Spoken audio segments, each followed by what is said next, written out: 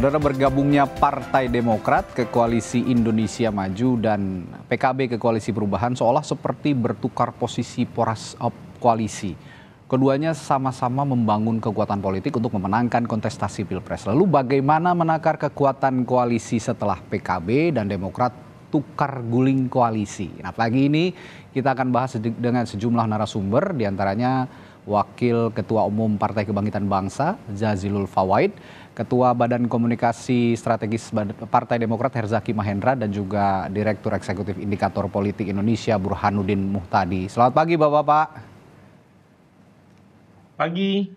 Ya, selamat pagi. Saya ke Mas Jazilul dulu nih dari PKB. Mas Jazilul, sebelum bergabung kita akan ke Mas Herzaki dulu kalau gitu. Ini semua publik penasaran nih Mas Herzaki, kok akhirnya kenapa memilih Pak Prabowo yang jadi sandaran untuk mengarungi pemilu presiden 2024. Pasti ada alasan khusus. Alasan khususnya apa nih Mas Herzaki? Ya, sederhana saja. Alasannya ini untuk kepentingan rakyat, bangsa, dan negara. Inilah muaranya. Mengapa ini menjadi awalan kami bergabung ke Pak Prabowo. Ya. Banyak alasan yang bisa kami sampaikan, tapi sebenarnya belum momentumnya kami untuk menyampaikan ini. Gitu. Karena kan deklarasi secara resmi akan dilakukan secara langsung oleh Ketua Umum kami, Mas Ahaye, di Rapimnas tanggal 21 September nanti. Ya. Itu akan terbuka untuk publik, ya. Jadi kami juga akan lakukan broadcast ya secara langsung di berbagai TV nasional, termasuk melalui Kompas rencananya. Ya, di situ Mas Ahaye akan menyampaikan ya baca pres yang kami dukung itu adalah Pak Prabowo Subianto. Ini sudah diketahui oleh publik memang. Kemarin kan kami sudah bertemu di hari Minggu ya. Di hari Minggu itu Pak SBY, Ketua MTP, juga rombongan Majelis Tinggi Partai, termasuk di dalamnya ada Ketua Umum Mas Ahaye, itu menyambangi kediaman Pak Prabowo. Ini merupakan pertemuan lanjutan. Karena sehari sebelumnya Pak Prabowo sudah mendatangi Pak SBY terlebih dahulu, ya. Dan sebenarnya sudah ada beberapa pertemuan sebelumnya. Jadi sudah ada komunikasi dan silaturahmi yang intens sebenarnya dengan berbagai pihak ini, ya. Lalu memang kita menelusuri semua kemungkinan dalam 2 minggu terakhir ini karena sesuai dengan komitmen dan janji kepada publik dan juga kepada kader kami seperti disampaikan oleh Ketua MTP di tanggal 1 September lalu, dalam waktu yang tidak terlalu lama atau 2 minggu kami akan memutuskan kemana kami akan berlabuh. Ternyata dalam 2 minggu ini akhirnya diputuskanlah kalau misalnya kami mendukung Bapak Prabowo. Nah, keputusan ini disampaikan langsung di hari Minggu kemarin di Hambalang ya pada Pak Prabowo dan teman-teman Gerindra, diterima dengan baik juga di sana ya. Dan sudah disepakati nanti kita umumkan dan deklarasikan secara resmi di hari Kamis, Mas. Nah, ini saya ingin menyampaikan juga nih, menegaskan sedikit saya tambahkan. Mengapa kami sampaikan ini di hari Kamis kepada publik ya, kepada kader kami? Ya, karena di Rapimnas nanti ada ribuan petinggi partai kami yang kami undang untuk hadir. Dan saat ini bahkan di luar undangan yang secara resmi, secara organisasi, misalnya harus hadir sesuai ADART. Tetapi banyak ternyata para petinggi partai yang tidak masuk di dalam, kan seharusnya hanya ketua atau KSB misalnya di level tertentu. Tapi banyak sekali yang kemudian permintaan untuk bisa ikut hadir dan menyaksikan langsung deklarasi ini gitu. Rencana kami akan lakukan di Senayan, Mas, di JCC. Dihadiri oleh hampir ribuan kader nanti. Ini menunjukkan keseriusan kami. Karena kami ini kan komitmennya, kalau Mas Ahaye sudah menyampaikan dan menegaskan, sebagai sahabat kami sangat setia dan militan. Ya, kami sudah punya komitmen sebelumnya luar biasa, tapi saya nggak mau bahas masa lalu ya. Dan kali ini kami akan tunjukkan juga ya bahwa kisah lalu biarkanlah menjadi kisah lalu. Mas Ahaye menyampaikan kita harus move on, dan ini menunjukkan bahwa jadi tidak ada lagi perbincangan atau apa lagi mengenai masa lalu bahwa dulu ini dulu sudahlah gitu ya. Yang kedua, tidak ada lagi upaya-upaya, mohon maaf nih satu lagi Mas, tidak ada lagi upaya-upaya yang mendegradasi apapun yang kami lakukan seakan-akan Demokrat tidak serius, tidak ini. Yang menyampaikan itu hanyalah yang pura-pura koalisi. Tapi kalau kami lihat kemarin yang datang, kami disambut luar biasa oleh teman-teman Gerindra. Ternyata ada ketum Golkar, ada ketum PAN, dan para sahabat partai lainnya. Itu sambutannya luar biasa, kelihatan sekali sangat tulus. Sangat tulus dan sangat senang sekali dengan kehadiran dan kebersamaan kami gitu. Nah, inilah yang kami akan balas nanti di Rapimnas nanti ya. Mas Ahaye, Demokrat ini sederhana Mas, begitu udah perintah dari Ketua Umum bicara, selesai kita Mas. Ujung ke ujung dari seluruh Indonesia kita akan ikuti, kita akan laksanakan. Mungkin ini adalah saatnya untuk Pak Prabowo menjadi presiden. Yang luar biasa Mas Herzaki, ini juga mengundang respons langsung dari kubu sebelah nih, kubunya Mas Ganjar Pranowo lewat Ketua DPP PDI Perjuangan Mbak Puan Maharani langsung ngomong dengan adanya perubahan dinamika politik, konstelasi politik. Sekarang kubu dari Mas Ganjar ini langsung kocok ulang bakal cawapresnya ya. Mas Ahaye ini salah satu kandidat yang ternyata belakangan juga baru diketahui bahwa ternyata PDI Perjuangan benar-benar cukup serius untuk mempertimbangkan Mas Ahaye jadi bakal cawapresnya Ganjar sebenarnya. Tapi berhubung sudah bergabung dengan Pak Prabowo katanya hampir tidak mungkin untuk memasangkan Mas Ganjar dengan Mas Ahaye. Nah, respons Anda soal ini bagaimana? Ya pertama kami menghormati dan mengapresiasi Mbak Puan maupun juga teman-teman PDIP. Kami sampaikan, kami juga sudah berkomunikasi.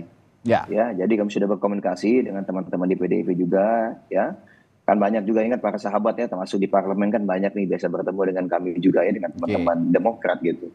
Jadi komunikasinya berjalan dengan kedua belah pihak. Ya, tadi hanya saja memang ternyata setelah disampaikan semua hasil masukan berbagai pihak, lalu juga hasil komunikasi, lalu dirumuskanlah rekomendasinya oleh Mas Ahaye selaku Ketua Umum kami, disampaikan kepada MPP setelah ditimbang matang-matang, akhirnya kami lebih memilih untuk ke Gerindra, ya, yaitu mendukung Pak Prabowo.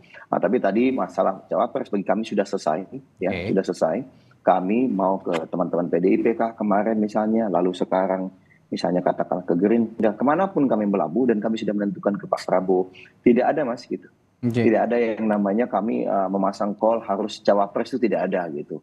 Dan di koalisi sebelumnya mohon maaf ya, sudah publik juga biar sudah tahu sama-sama, bukan kami yang meminta, tapi sudah ada buktinya kami yang diminta gitu. Nah kita tutup buku yang masa lalu, kita fokus saja pada masa depan, kita tunggu 10 sampai 16 nanti, tapi yang pasti sebelumnya kita tunggu tanggal 21 September, disitulah Mas Ahaye akan menyampaikan secara resmi Mas.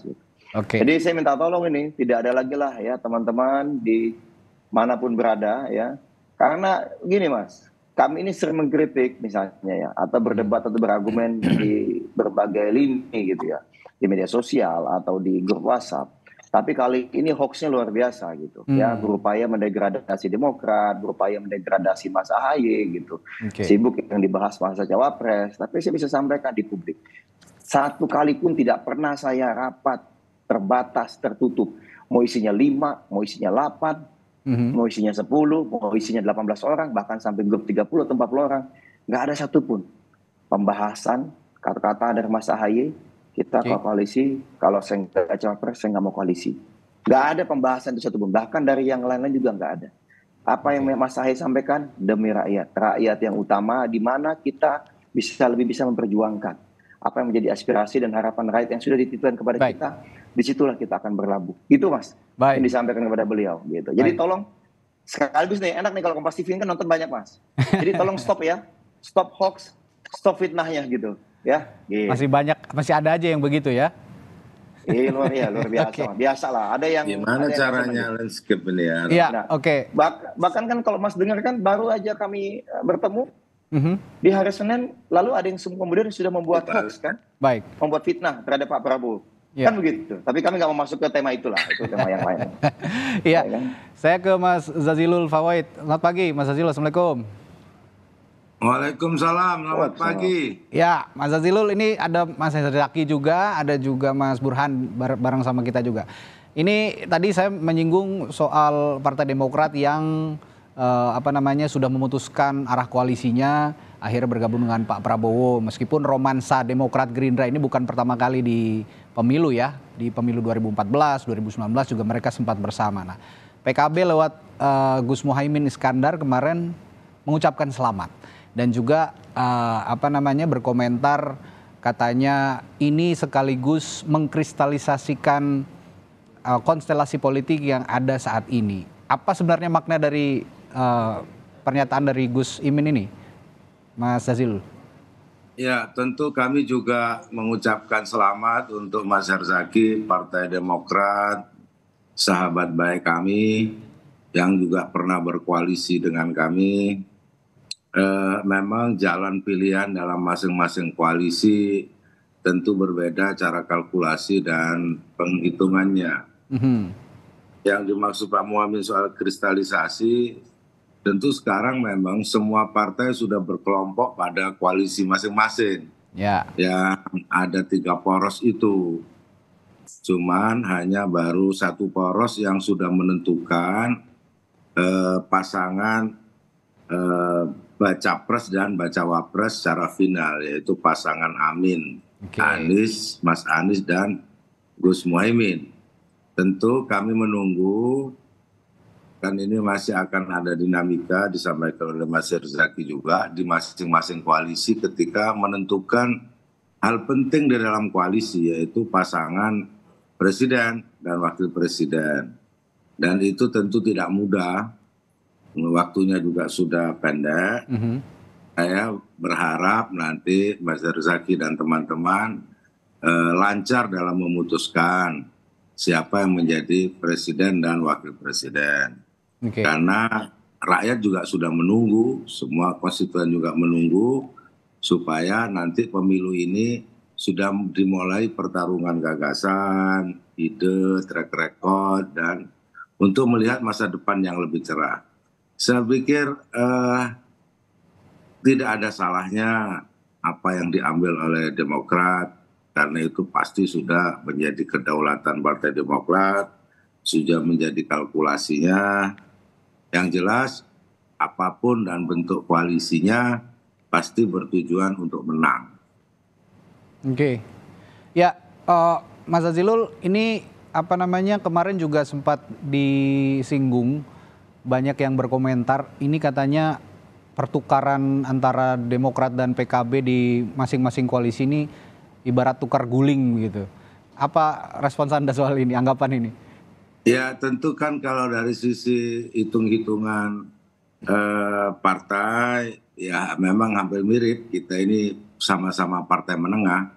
Cuman dalam soal capres-cawapres saya pikir bukan hanya semata-mata hitungan matematika kursi partai, tetapi siapa sebenarnya yang akan diusung.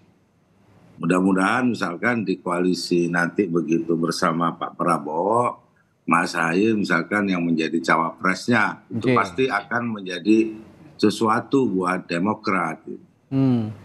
Ya, saya ke Mas Burhan. Mas Burhan, analisa kelebihan PKB dan Demokrat tukar guling, anggapan seperti itu, sebenarnya mana yang lebih kuat sih Mas Burhan? Sebenarnya kalau dari sisi elektoral tidak terlalu jauh beda ya, kekuatan antara Partai Demokrat dan PKB. Tentu yang menentukan adalah kebutuhan elektoral dari masing-masing capres atau koalisi yang diikuti oleh kedua partai. Nah memang kalau dari sisi elektoral, Gerindra atau Pak Prabowo itu membutuhkan daya dongkrak dukungan publik terutama dari wilayah Jawa Timur. Karena bagaimanapun Pak Prabowo per hari ini itu kelemahan elektoralnya kurang lebih mengulang pola yang sama di Pilpres 2014 dan 2019.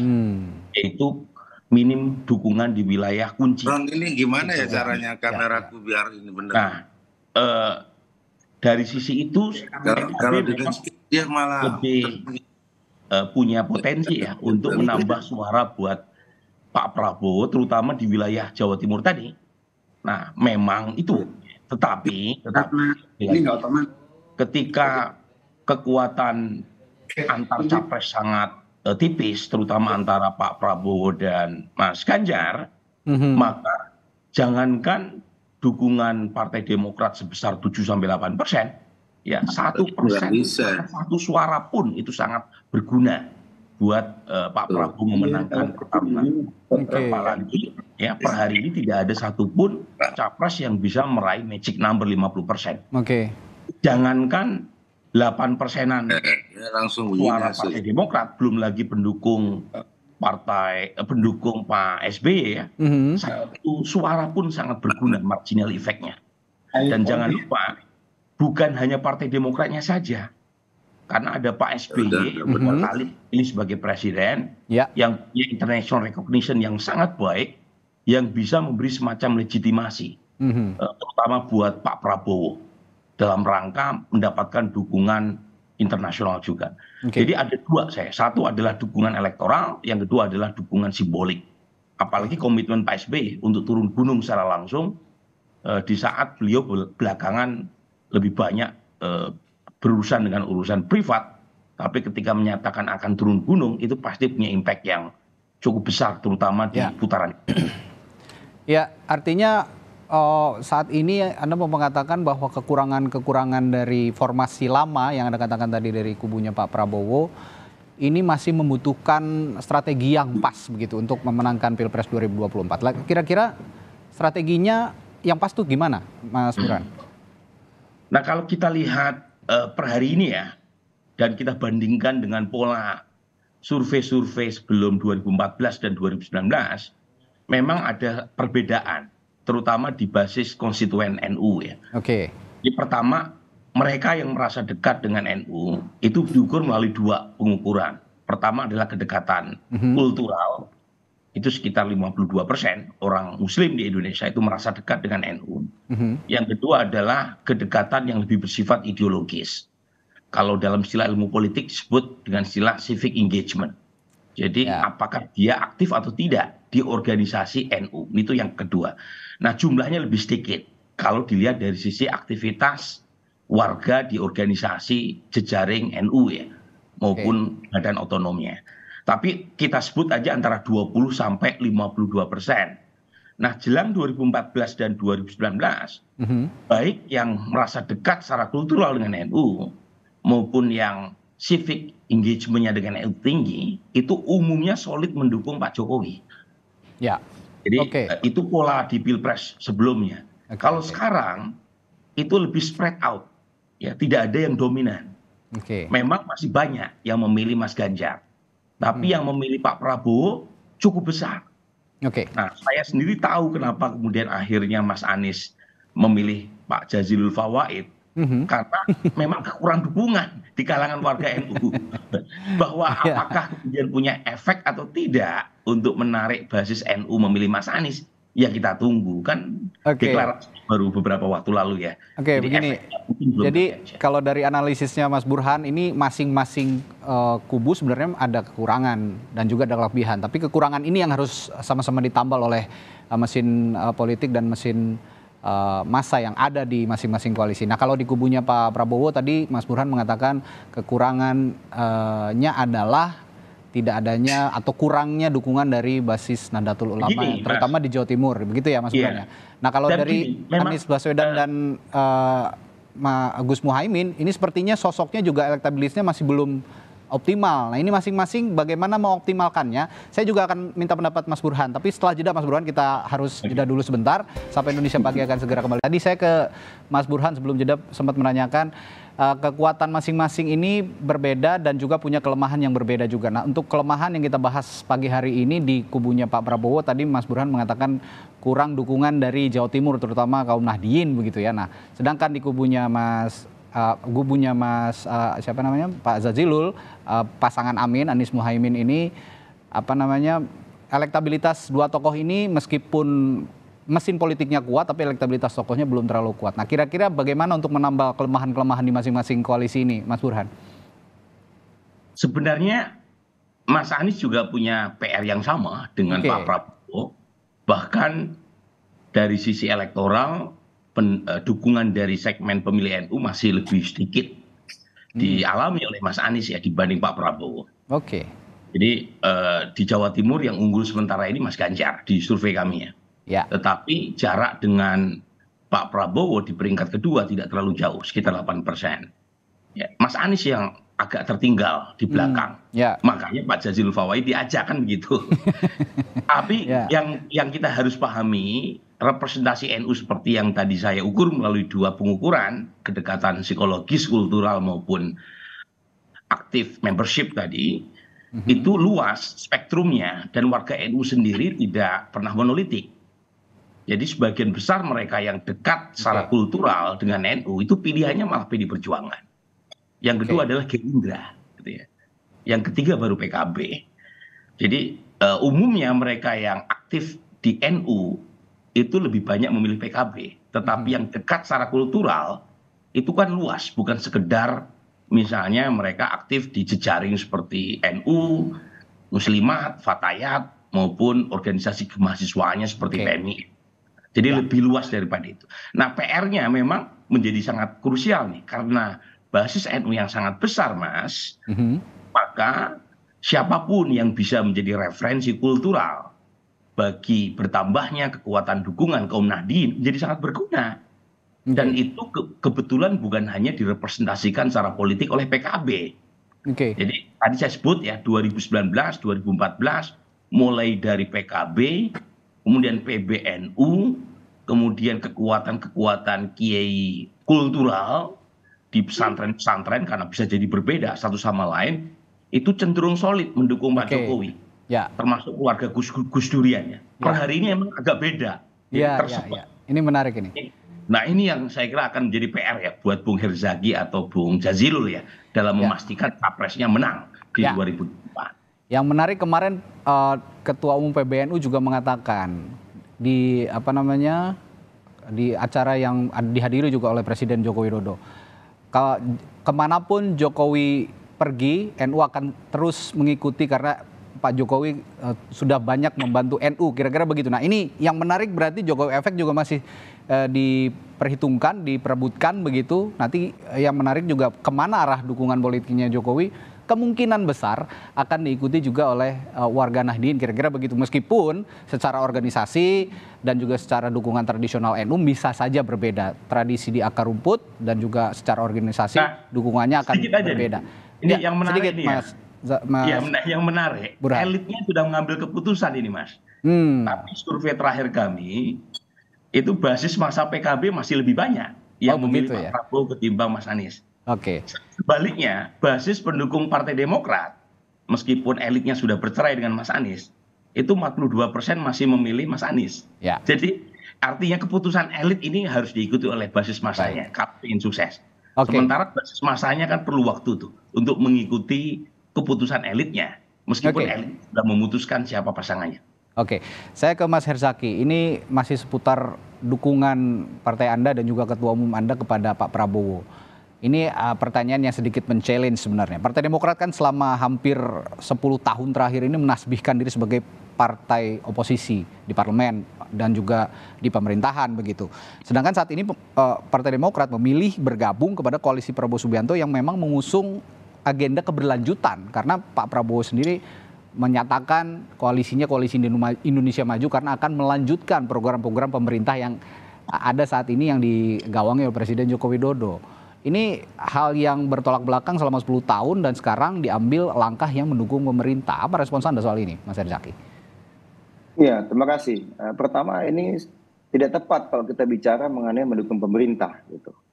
Karena bagaimanapun posisinya hari ini adalah ini untuk Pilpres 2024 menuju ke 2029. Dan kalau misalnya disampaikan bahwa kami menyampaikan jargon perubahan dan perbaikan, bertahun-tahun kami lakukan ini dan kami sampaikan ini. Sebenarnya kalau disimak betul juga Mas Ahy dalam berbagai kesempatan selalu menyampaikan ya apa yang baik dari pemerintahan sebelumnya ya kita lanjutkan. Karena tidak ada namanya pemerintahan atau pembangunan itu bumi hangus. Jadi mulai dari nol itu nggak ada. Selalu memulainya dari titik sebelumnya. Misalnya katakanlah dari 5 menjadi 6, 6 menjadi 7 itu selalu menjadi titik dasar. Jadi sederhana. Jadi apa yang baik dari bahkan dari era Bung Karno ada yang baik, Pak Harto, Pak Habibie, Gus Dur, Bu Mega, Pak SBY, dan di Pak Jokowi ya pasti kita lanjutkan. Dan ini disampaikan berulang kali oleh Mas Ahy ketika menjelaskan mengenai perubahan dan perbaikan. Termasuk misalnya pada saat pidato politik di 14 Juli lalu gitu. Ya. Itu satu prinsip dasar. Jadi tidak perlu dipertentangkan, tetapi justru ini menjadi bagian yang melengkapi ini. Nah, yang kedua adalah kami juga ketika bertemu dengan Pak Prabowo, salah satu yang kami sampaikan adalah kami menitipkan agenda perubahan dan perbaikan. Ya, mengapa? Karena inilah harapan dari masyarakat yang dititipkan kepada kami, dari konstituen kami, dari kader kami. Nah, tentunya ini harus bisa diperjuangkan gitu. Kami punya tanggung jawab moral. Nah, ternyata diskusi dengan Pak Prabowo, beliau juga mengamini gitu. Tinggal nanti kita cermati mana yang kita rasa misalnya harus ada fine tuning gitu. Ya kan? Nah, kami selama ini pun tidak mengkritik, mohon maaf, kami tidak mengkritik pribadi. Yang kita kritikkan kebijakannya. Ada yang dirasa kurang pas, ya kita perbaiki. Kita ingin ada akselerasi pembangunan. Dan semua dasarnya apa? Kepentingan rakyat, bangsa, dan negara. Ketika kami jelaskan kepada kader-kader ini, kan kami sudah mulai nih. Rilis sudah kami sampaikan misalnya di minggu malam ya, kader-kader juga sudah. Ternyata respon dalam 2 hari ini sangat positif semua. Gitu. Ya, jadi nanti dipastikan tanggal 21 September hari Kamis, ini agenda perubahan yang disisipkan dalam koalisinya Pak Prabowo juga akan diutarakan, meskipun Pak Prabowo saat ini mengusung tema keberlanjutan dari pemerintahan saat ini, tapi tetap ada unsur perubahan di dalamnya. Ini yang kita tunggu nanti, perubahan seperti apa yang dimaksudkan oleh Partai Demokrat. Baik, saya ke Mas Zazilul. Mas Zazilul, tadi PR yang harus juga diperhatikan dari Mas Burhan juga tadi mengatakan elektabilitasnya Pak Anies dan Gus Muhaimin ini masih belum optimal lah, boleh dikatakan masih tertinggal dari 2 bakal capres lainnya, Ganjar Pranowo dan juga Prabowo Subianto. Apa upaya-upaya yang saat ini yang strategis yang dilakukan oleh kubunya Pak Anies dan juga Gus Muhaimin? Mas Aziz. Ya, survei terakhir juga menunjukkan bahwa Pak Anies dan Gus Muhaimin mengalami tren kenaikan. Menurut saya ini penting. Dan ada sebagian capres yang mengalami tren penurunan. Namun Mas Burhan mungkin lupa bahwa dalam fakta tiap kali pilpres dan pilpres hari ini tidak jauh berbeda dari yang kemarin. Pak Ganjar ingin diasosiasikan seperti Pak Jokowi, tapi Pak Ganjar bukan Pak Jokowi. Demikian juga Pak Prabowo yang ingin mendapatkan dukungan penuh kira-kira dengan Pak Jokowi, yang kemudian ada wacana memasangkan Mas Gibran. Nah, memang dari pilpres ke pilpres, dari dulu yang namanya segmentasi NU tidak pernah ngumpul dalam satu tempat. Namun kita lihat nanti, karena kan sekarang belum bisa diperbandingkan, karena pasangan yang lain belum lengkap. Misalkan kalau Pak Prabowo dengan Mas Ahaye, beda cara kerja kami dibanding misalkan Pak Prabowo dengan Mas Gibran. Atau sebaliknya, misalkan Pak Ganjar dengan pasangan Pak RK misalkan, berbeda dengan cara kerja. Oleh sebab itu, analisis yang disampaikan oleh Pak Burhan itu juga bagian dari cara kita nantinya untuk mengantisipasi semuanya. Namun saya secara pribadi belum terlalu yakin bahwa pilpres ini diikuti 3 poros. Mengapa demikian, Mas Zazilul? Kenapa tidak terlalu yakin 3 poros? Meskipun kami mengantisipasi berbagai poros yang ada, mau 2 poros, mau 3 poros, itu sesuatu yang harus diantisipasi oleh pasangan Amin yang sudah fix. Yang lainnya, kenapa? Sebab yang lainnya belum fix. Kecuali sudah fix. Nah, kenapa waktu kurang 1 bulan ini belum final juga? Padahal menurut hitungan matematika, presidensial threshold sudah selesai. Nah, ketika Amin ini dideklarasikan, menurut saya langkah dari masing-masing koalisi menjadi seperti kebingungan. Gitu. Jadi tapi kebingungan sama mengatur strategi itu hal yang berbeda loh, Mas Zazilul. Kalau Pak Prabowo katakanlah sudah punya track record kan, tiap pilpres track recordnya jelas. Dan partai yang mendukung ya itu juga kan. Ya, Pak Ganjar tidak punya track record. Pak Anies juga belum, karena baru kali ini kan maju. Nah, oleh sebab itu, dan Pak Muhammad juga baru kali ini, oleh sebab itu kita lihat dulu nanti apakah ini 3 poros atau 2 poros. Nah, ini yang masih belum bisa ditebak. Tebakan saya, kalau sampai Oktober belum, maka akan ada 2 poros. Kenapa? Kenapa saya bilang? Tanya Pak Burhan, kenapa? Karena kalau 3 yang ada ini belum final juga siapa sosoknya, kemudian ditanding dengan Amin, ya kalah itu. Maksud saya gitu. Kan ini ingin menang, ini kan sebenarnya hari ini meskipun 3 poros, itu rasanya rasa 2 poros. 1 poros perubahan, 1 poros pelanjutan. Jadi meskipun 3 poros, rasanya meskipun 3. Jadi Anda mau mengatakan bahwa pasangan Amin pasangan Amin ini benar-benar yang pure baru mengusung perubahan begitu, yang lainnya masih rasa lama begitu ya. Sambutan masyarakat menggetarkan.